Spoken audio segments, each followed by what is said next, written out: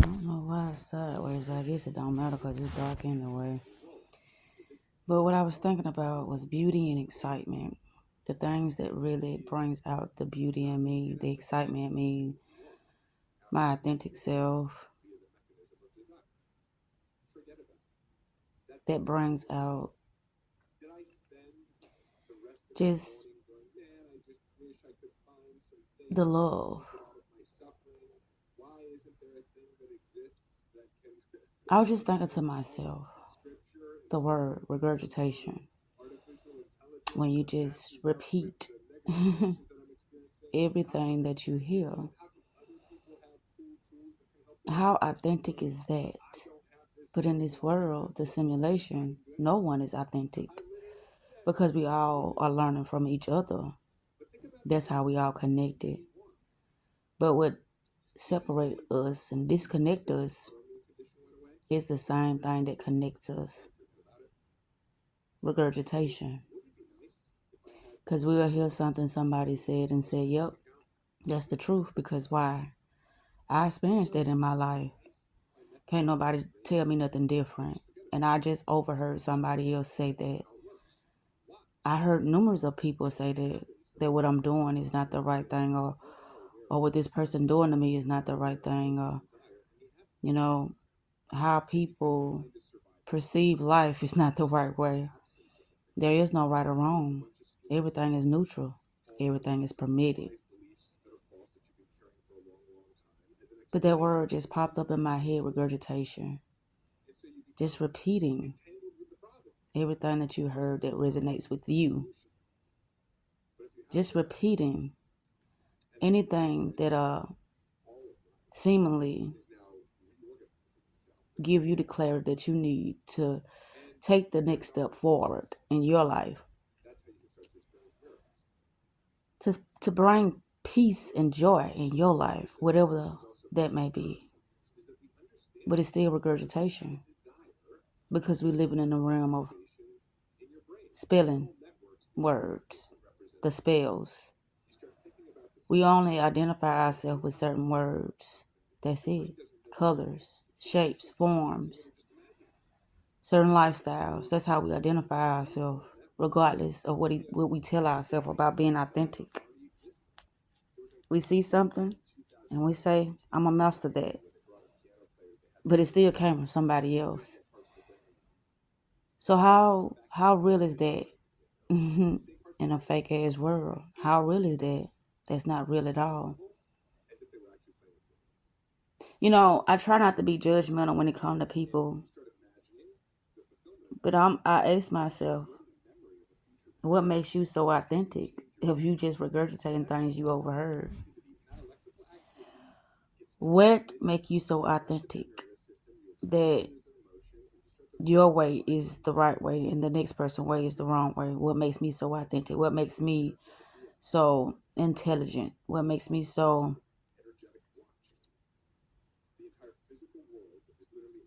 high and mighty? Meaning that my way is the way. But there are certain behaviors and certain thought processes that do give better results than others. And I've experienced that.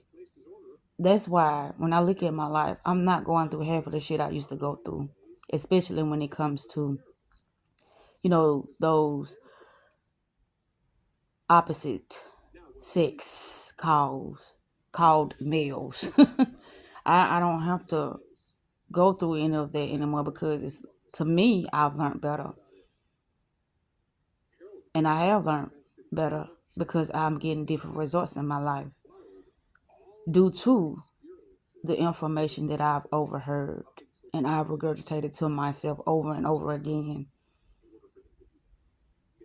to never allow myself to be in a space that I used to be in when I was younger. To be in a space when I felt like I could trust someone due to their words, due to, their consistent actions, even though it was a manipulative tactic. So I ask myself, what is true in a fake ass world? What is true? Nothing. You just observe and you gravitate towards the things that are more meaningful to you. And a lot of things that others gravitate towards is the mainstream, information. So that repels or it caused a lot of resistance and confusion within my life because of their mindsets. I was just talking to someone and it was like, I'm like, why am I on the phone with them? This is a new person. We have nothing in common. We have no conversation with each other. The things that I'm striving for or the things that I'm trying to achieve in my life, they might have already conquered those things and they just coasting now because they feel like they made it. That's one thing about me. I would never feel like I made it because each and every day I awake, I am to realize something new about myself that I didn't know the day before. Today is a new day for new ideas. That's one thing I tell myself. I haven't told myself that recently because it's like I feel like I'm adjusting to my new space. And so, with that said, I have to be able to maintain my emotions now. I have to not suppress them because if something comes up, I'm going to, you know, address it. I'm going to face it and see why I'm allowing this particular thought process to take so much control over my focus and my behavior at that moment in time. Everything I do is for me to understand myself in a more loving and caring and compassionate and forgiving way among the rest.